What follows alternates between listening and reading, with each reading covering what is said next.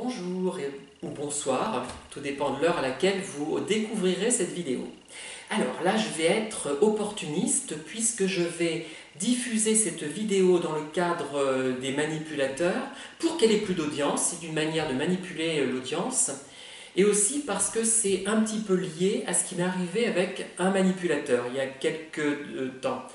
Je ne la situerai pas dans le temps, cette rencontre, comme ça il n'y aura pas de possibilité de reconnaître qui que ce soit. Alors, on nous dit, et d'ailleurs des sondages sont là pour le prouver, que l'homophobie diminue en France. Et c'est vrai, hein, les chiffres sont éloquents. Je crois qu'il y a 84% des personnes qui n'ont rien contre les homos. Après, il y a des bastions d'homophobie qui restent. Elles sont liées à la religion, notamment à l'islam, hein, bon, et aussi un petit peu à la religion catholique.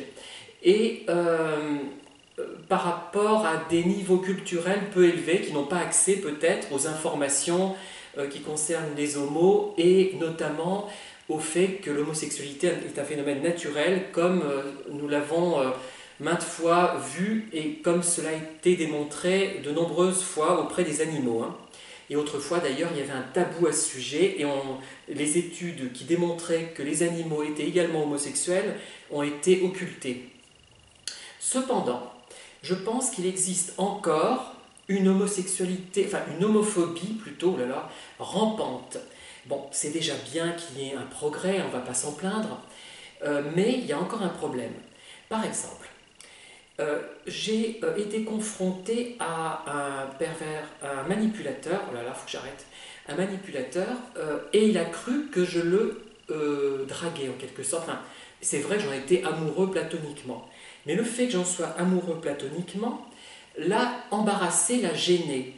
Et il m'a dit que j'avais eu du courage d'oser finalement avouer poétiquement une amitié, on va dire, un peu poussée.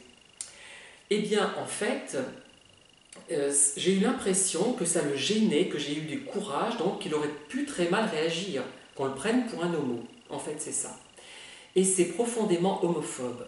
Je vous explique pourquoi.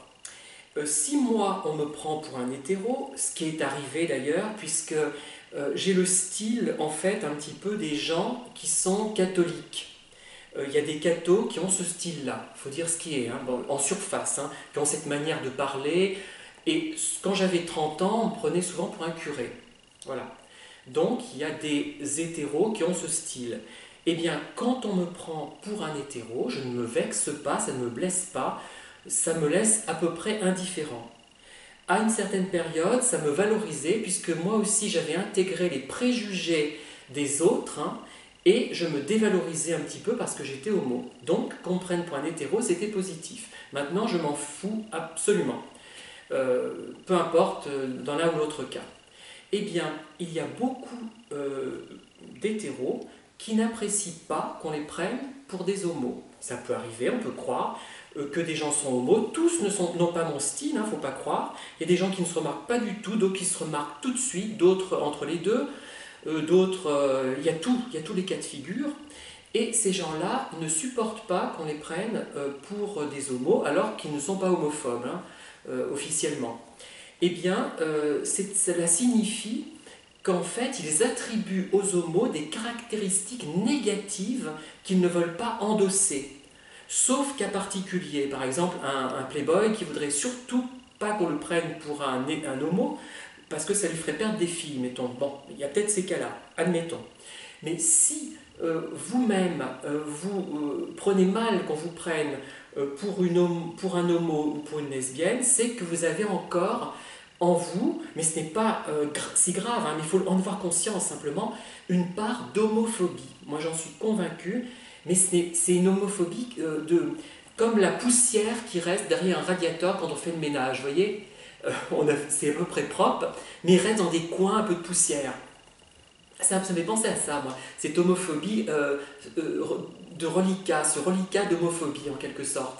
Et c'est l'homophobie, puisque si vous n'étiez pas encore un petit peu homophobe, ça vous serait égal. C'est-à-dire qu'en fait, vous associez des préjugés et des attitudes gestuelles aux homos. Ah ben il est efféminé, ça veut dire qu'on pense que je suis efféminé, oh elle est masculine, on va penser c'est parce que j'ai une camionneuse, etc. Voilà, c'est ça, je pense, le problème. Et même les homos ont intégré cela, puisque sur les sites de rencontres, vous savez, beaucoup d'homos se décrivent comme hétéros.